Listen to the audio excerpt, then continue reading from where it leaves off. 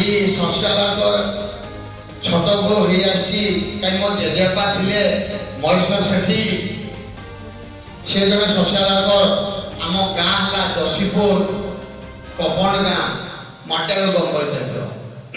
ଯଦି କେହି ଦଶୀପୁର ପିଲା ଥିବେ ନିହାତି ଜାଣିଥିବେ ତ ସେ ଗାଁରେ ମୁଁ ମନେ ପୁରା ଜଙ୍ଗଲ ତଳେ ଜନ୍ମ ଆମ ଗାଁ ଯେତେବେଳେ ଛୋଟ ଥିଲି ବହୁତ କାଦୁଅ ହେଉଥିଲା ରାସ୍ତାରେ ସାଇକେଲ ବି ଚାଲୁନଥିଲା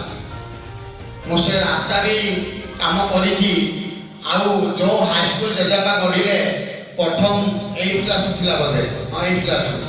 ତ କହିଲେ ଯେ ତୁମ ବିକାଶ ଯଦି ପାଠ ନ ପଢ଼ିବ ଏଇ ହାଇସ୍କୁଲରେ ତାହେଲେ ଆମେ କେହି ଆଡ଼ମିସନ୍ ହେବୁନି